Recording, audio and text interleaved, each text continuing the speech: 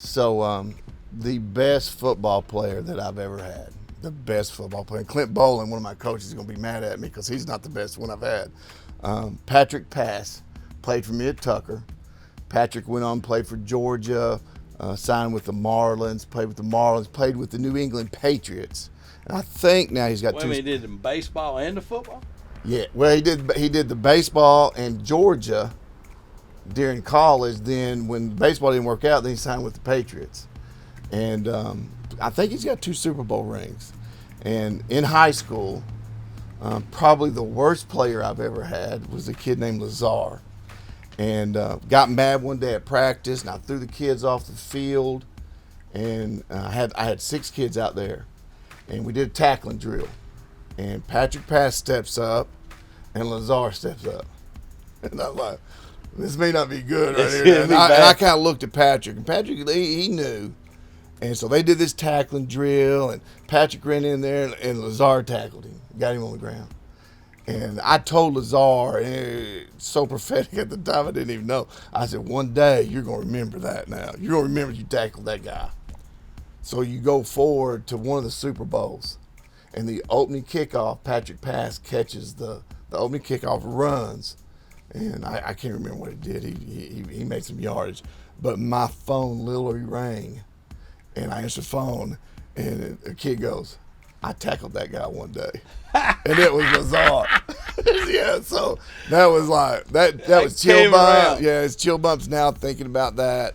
But that was special. And that's part of high school football, those memories like that. That's awesome. So I got Coach Terry Crowder with me today, and Terry has had a lot of success in high school football. He's been a defensive coordinator on a state championship team, and then he's been the head coach for a state championship team, and now he's at Kings Ridge Christian School, which is a small private school in Alpharetta, and he's tasked with trying to build a football program there. And so I thought, you know what, building a program is no different than somebody starting their own business, or the things you go with as far as trying to, get your troops up to speed. It's kind of like management. You got to market the program to make it attractive where other people want to come in. So it's a lot like business. And I said, Terry, let's talk a little bit about that. And I also want to understand a little bit about the kids today and, what you're running into on that. So,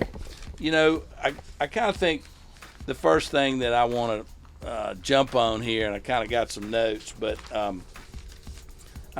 why would a guy like you go from a public school to a small private school at your time that, where you are in your career and take on a whole new challenge? Yeah, honestly, and is when you get 30 years in public education, the dream of a lot of high school football coaches is to be able to get a private school job and start the double dip stuff. And I wasn't looking to leave Denmark High School. I was really happy there. I had a great principal. We were building a program that was, in the probably top 10 in the state. And got a call from Jeff Pickering, wanted to talk to me, the then AD.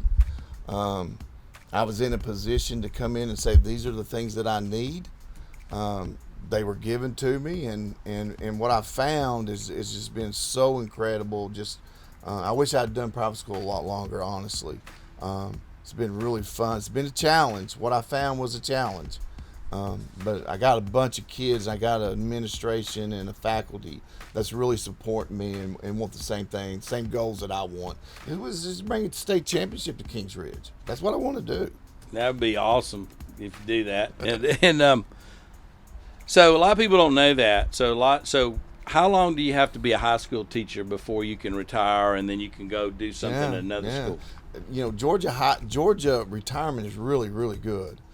So 30 years, and you get 60% of your highest 2 paid years. So I get 60% of the 2 highest years that I was in public education, and then what Kings Ridge gives me. So it's like double retirement. It's double retirement. It was a huge pay increase for me to come do this. Huge pay increase, I feel like I've earned that, for 30 years of service and what I've done to get to this position. But the problem, I think, that I got to be careful. I'm not comfortable This is this. I just not come. I want to build this now. I want to be really good here at Kings Ridge, and that's what drives me. So is that the winner in you? Like that's like I don't want to just come here and go out to pasture, so to speak. I really want to leave my mark on the program.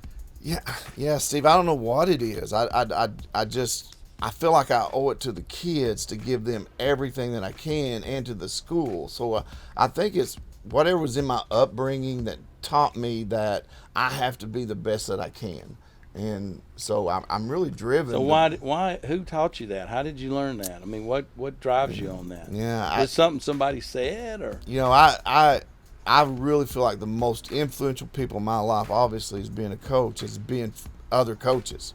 And I think that, looking back, I had 3 great coaches growing up that instilled in me some values. And it's really interesting because 2 weeks ago I was at Central Florida talking to Gus Malzahn, who Gus Malzahn grew up in the same city I did, Fort Smith, Arkansas.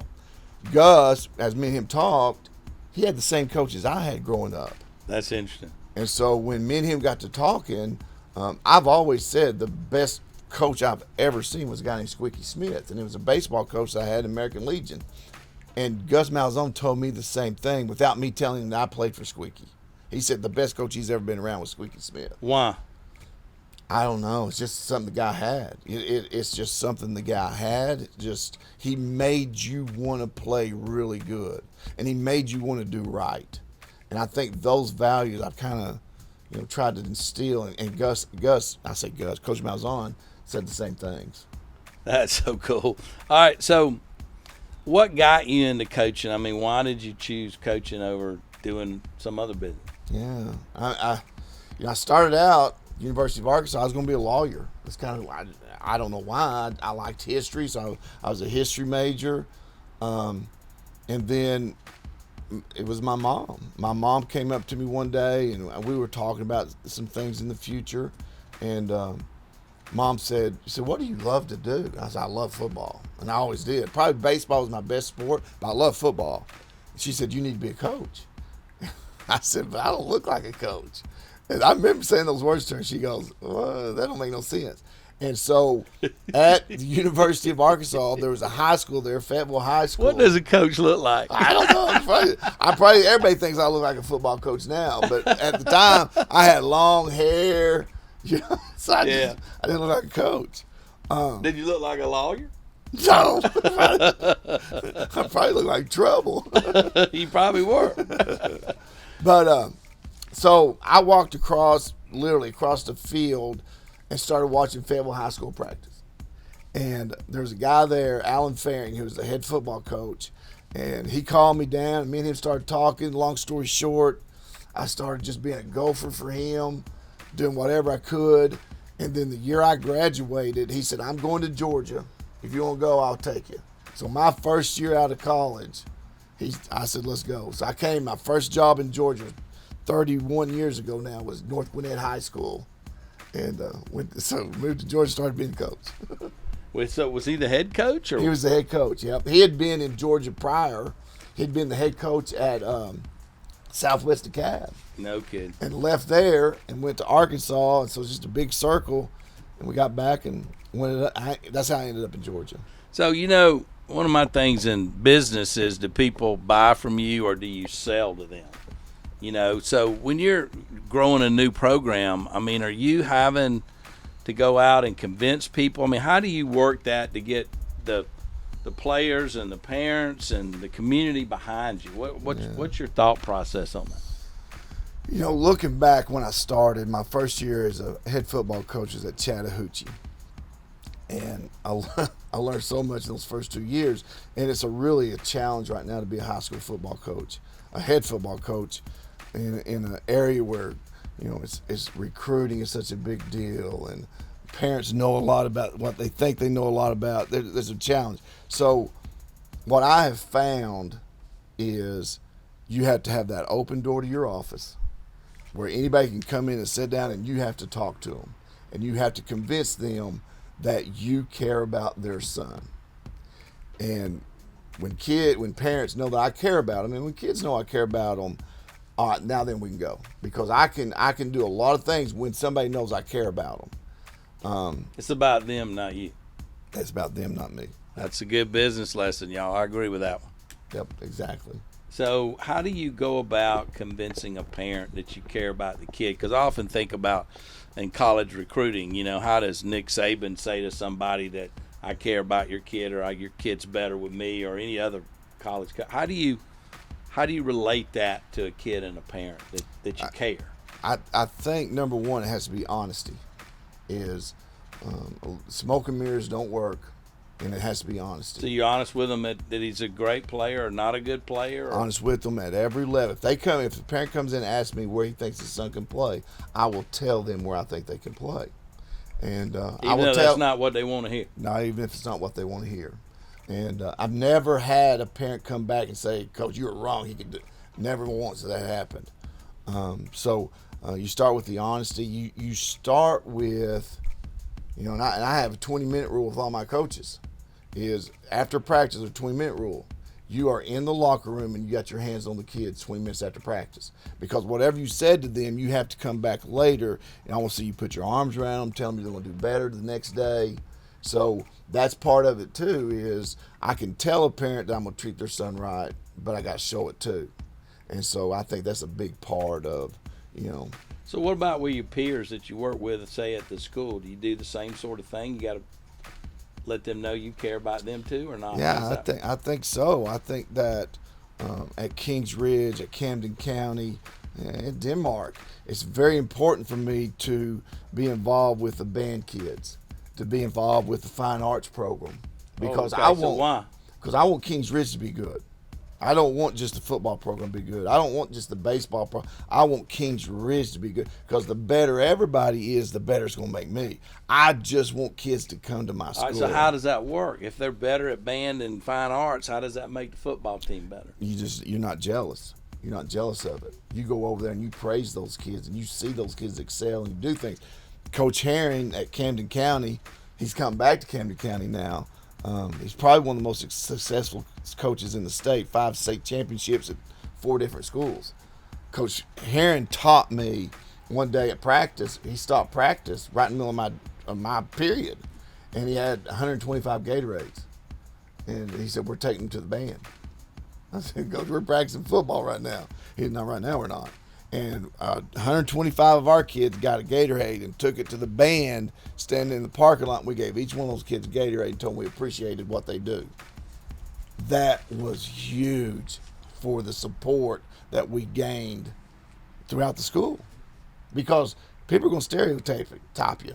People are going to look at me as a football coach and think I'm a certain way, and when I show them that I'm not, that really helps me. And that's what I tell all my young coaches is, don't be that typical, stereotypical football coach. Be the different guy. So how do you market to kids out there? Like if a new kid's coming into town, moving into state or whatever, and their parents are looking where to live, how do they learn about you and your program over somebody else? How do you get that word out? There's a fine line between trying to recruit kids to come to your program and then building a program that people want to come to. And so, at Chattahoochee, my first 2 years, I was 2-8 and 4-6. And my principal, Tim Duncan, told me, he said, the reason I kept you is because I didn't have one parent in there wanting you to get fired.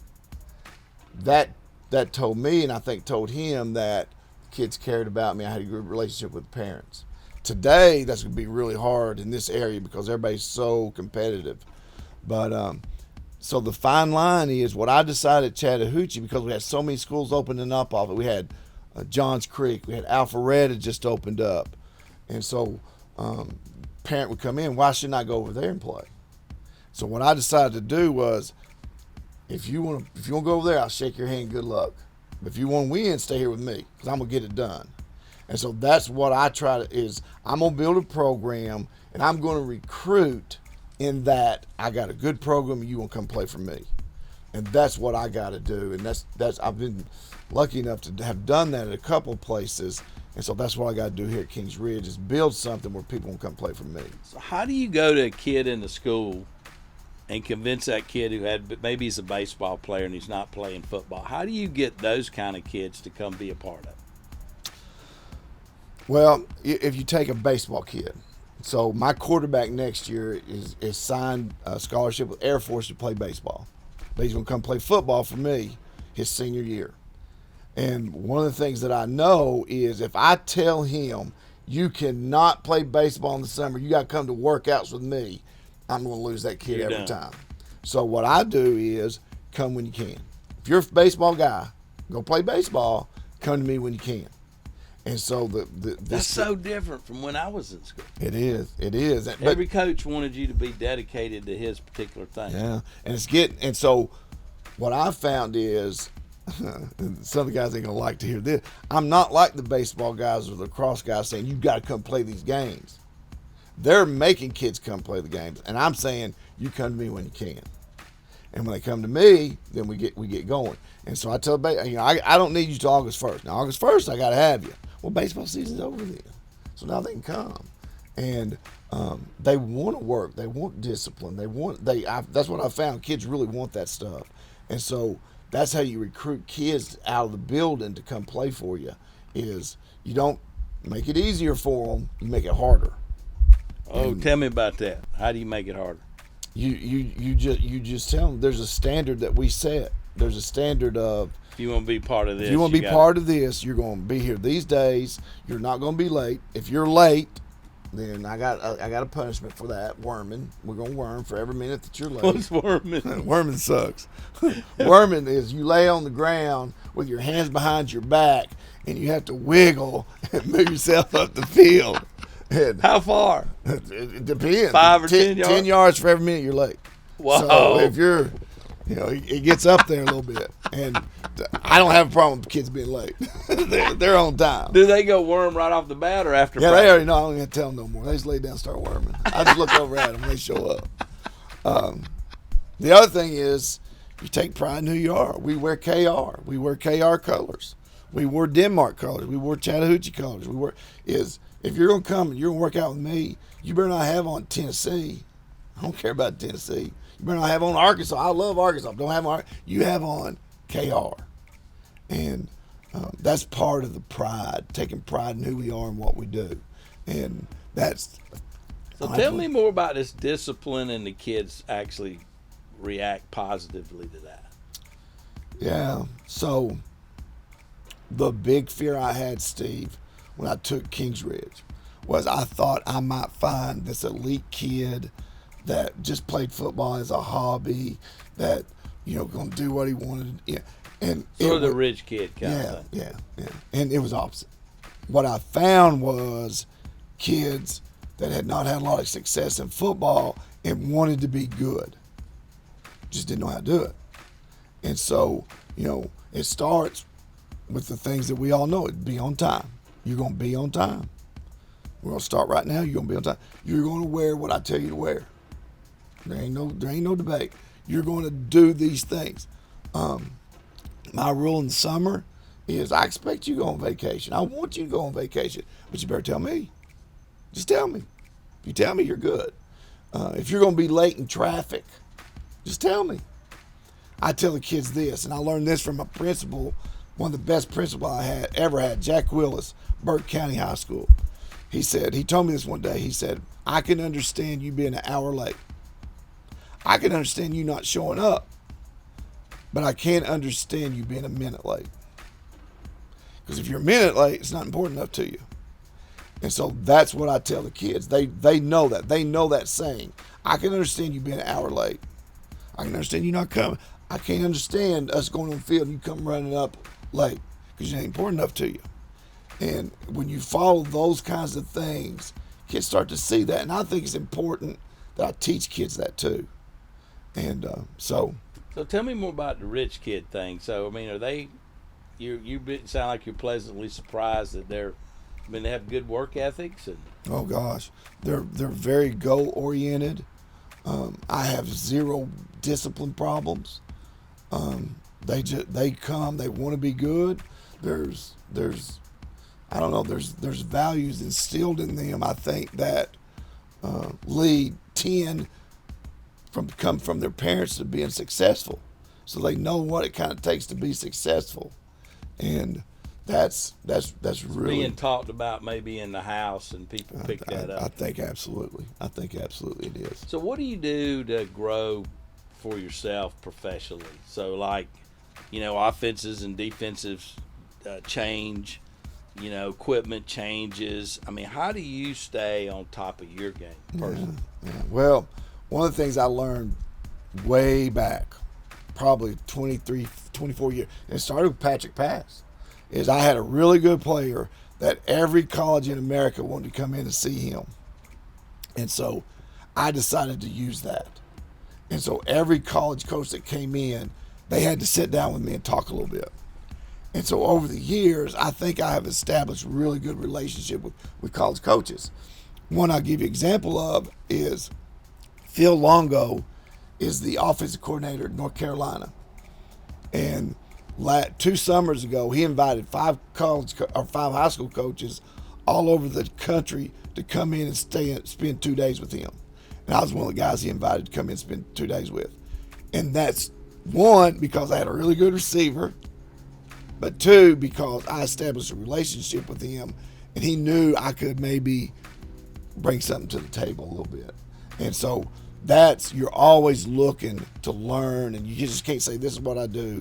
You're always looking for, what interests me right now is practice, because my numbers aren't like I've had. So I'm always looking for guys and talking to them. Give me the difference in numbers from being in a public school to the private school. Wow. So, the most I ever had, we took 189 to Valdosta at Camden County, 13 buses for the state championship game. Denmark, I left, we had about 125. Here, I'll dress out probably 32 to 35 kids. And so I can't practice the same way I did at Denmark or at Camden County. So I got to learn different ways to do things. And that's what I'm talking to guys about right now, college guys, because they're really good at what they do too now. So what about, do you watch anything? I mean, I guess film is big, right? How do you break down another team? You're going to play another team next week. What are the things that you're trying to accomplish by? I call it good offense. The best offense is good defense, right? And if you go in knowing a little bit about your opponent, right? Yeah. My philosophy, defensively, is be good at something. Be really good at something, not a little good at a lot of things. And so for me, when I study an opponent's offense, I'm looking for their 5 best plays. What are the 5 things that they do I got to take away? And that's what we spend the majority of the time. Because if they run it good, they're going to run it, right? That's what they're going to go to. That's what I do. Yep. The things I do good, I'm going to keep doing them. So if I can take away their 5 best, then I got a shot. Well, to take away their 5 best, I better concentrate on those 5 things during the week. And so that's kind of what we try to do. What about on defense? Defensively, I like guys that. Or offensively, you got to run some play. I'm sorry. Yeah. No. So when I get ready for somebody defensively, I like guys that do a lot of stuff, because I know they're going to miss. What I don't like is when I see a team do the same thing down after down after down. It's like the same defense every play. Yeah. Then you're going, because there's not what else. If this don't work, there's not another, because they ain't doing something else. So that's kind of, Lowndes County for years. That comes to mind. Lowndes was a 50 defense, and man, they were good. And that's all 50. That's what they did. They were 50 defense, and you might get 3 or 4 shots a game, but that's it. Now you ain't gonna get more than that. So what about, how important is it, to have star players versus having, really good, solid players? I mean, some people say I need some studs on my team, so to speak, and then some people, I've always thought, give me a bunch of B players, and if I got enough of them and they care, I can play a lot of different ways, and maybe I can still beat you. So what's your philosophy on that? We'll start our coaches meeting next week, and one of the things I'll tell the coaches is, how do you win state championship? Because until you won one, you don't really know how. Right. But once you have, then you know how. You know what it takes.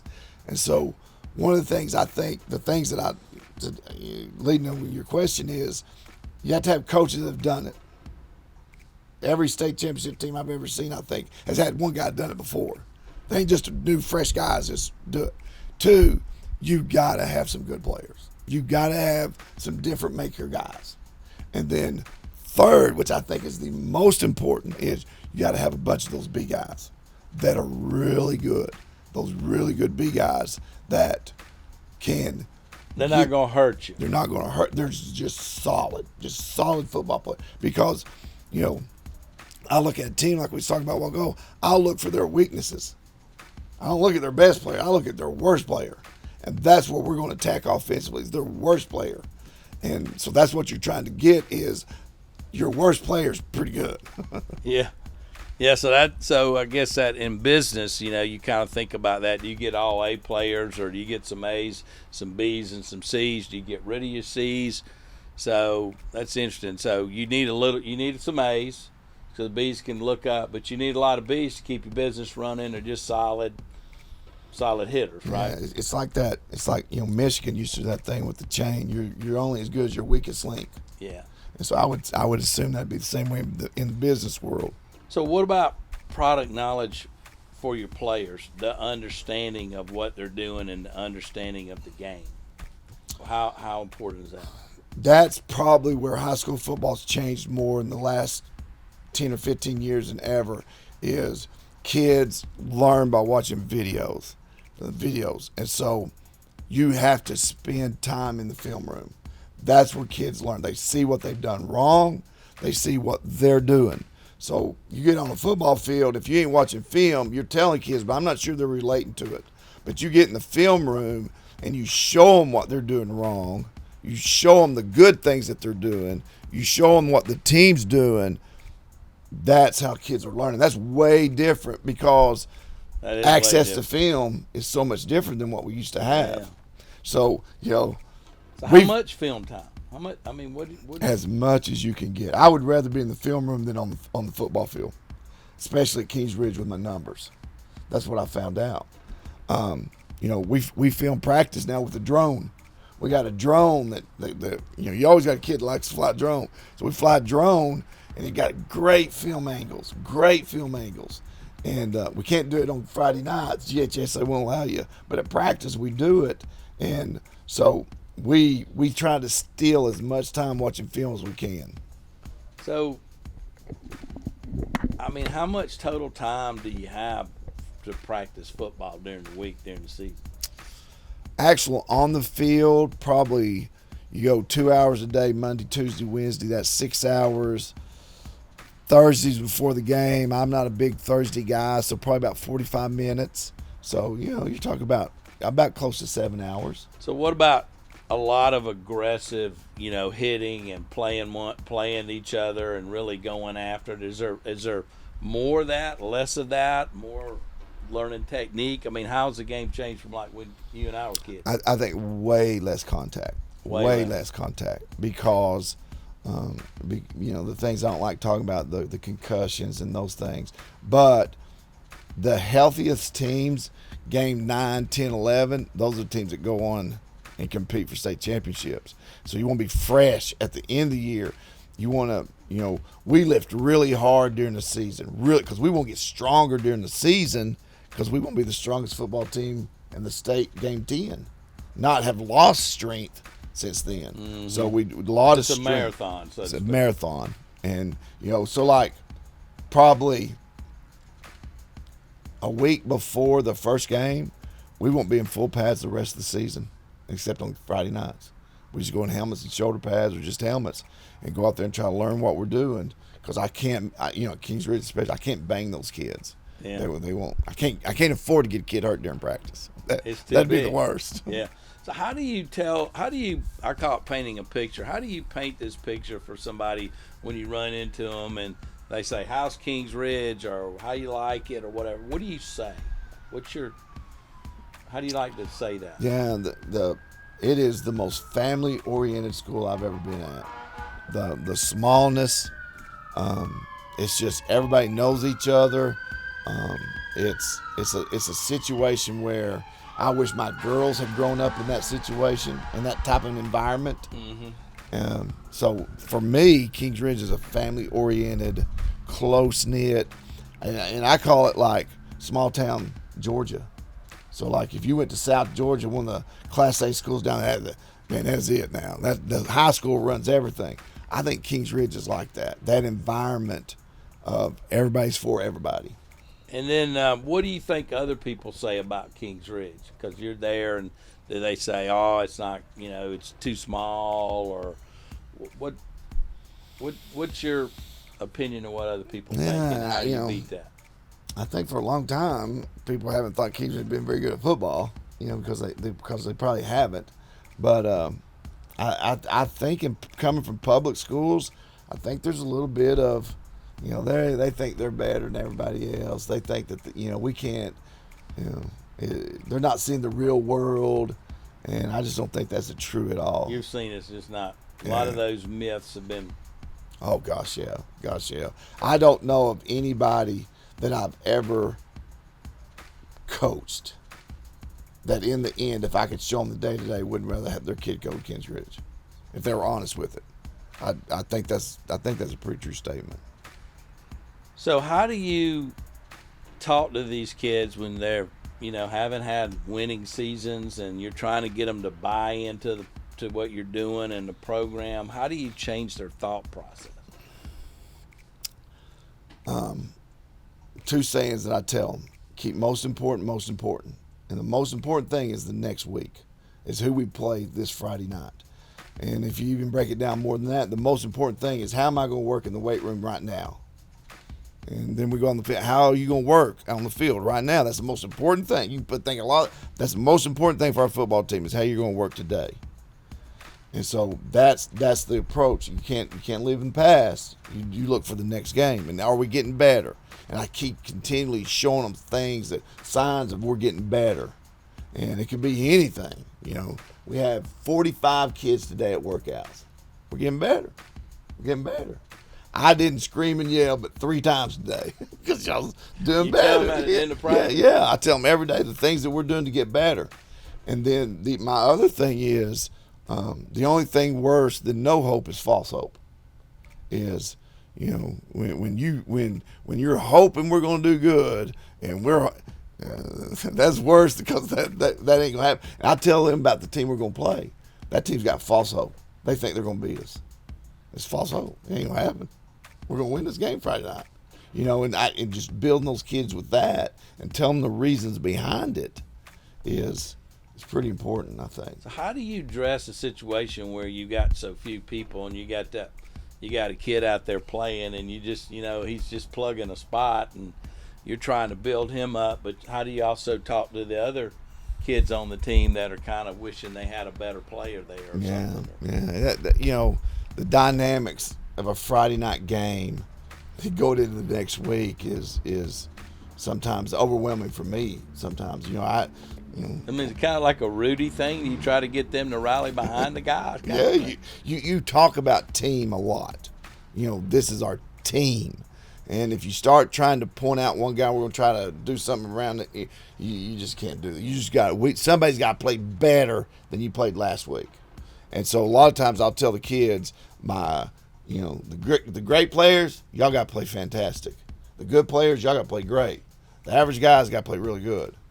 You determine which one you are, but that's what's got to happen. If my great players play bad or just good, we ain't going to win.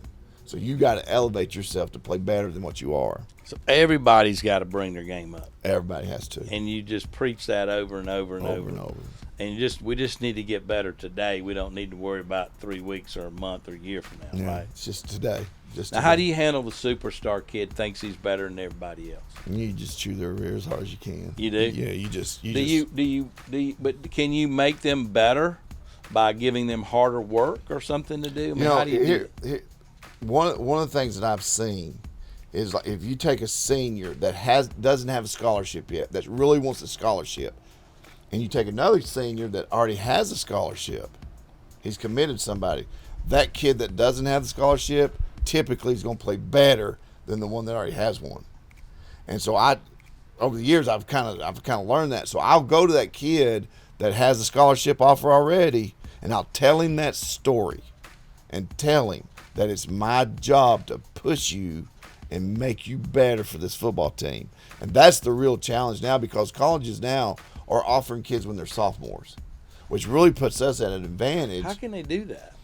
I don't know. When you say offer, are they really offering or just it's a scholarship offer, and a signed scholarship? Not signed, but it is just an unofficial. You got a scholarship offer. When you graduate, we'll take you out. If you commit to me right now. Do they ever not do it? Yeah. There's sometimes they don't, but they'll find a reason.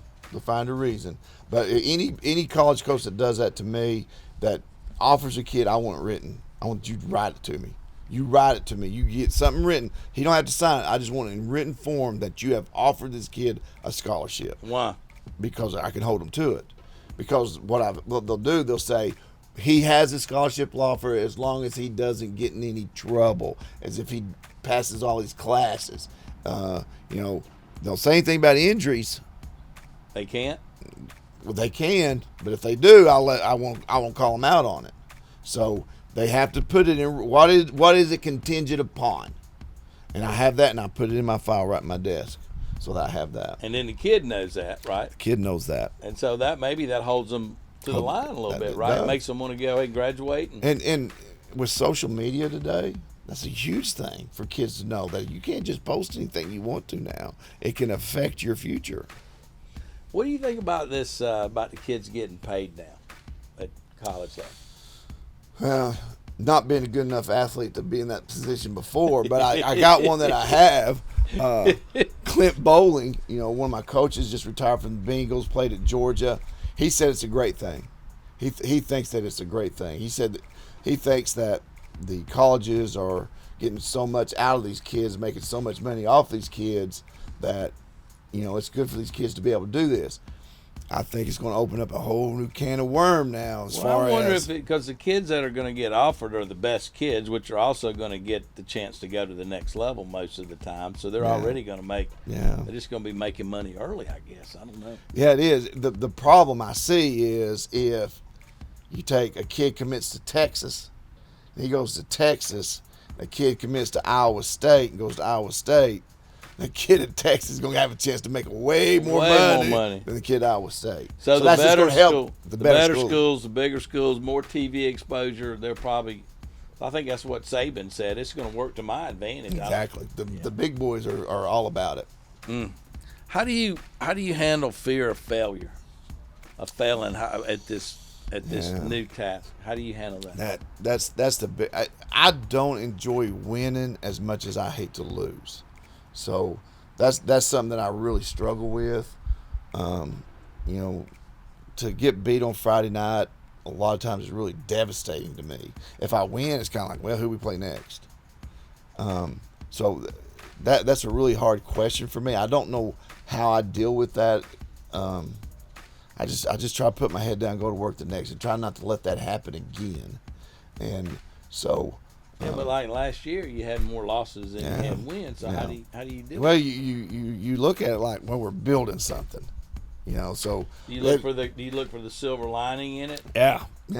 What progress? We lost to them by 10 points, but last year they beat us by 20. Or you look at what progress you're making. What strides have I made this year? I keep looking at that, and a lot of time that the help comes from my wife, might come from one of my coaches, it might come from a parent.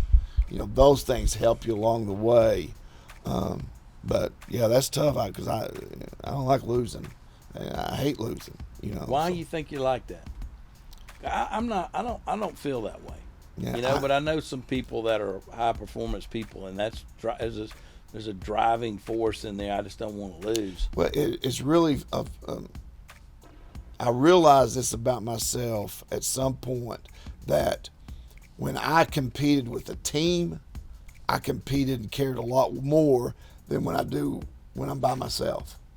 So that's why I'm not a very good golfer, because it's just me. So I go out there, and if you beat me in golf, it don't really bother me.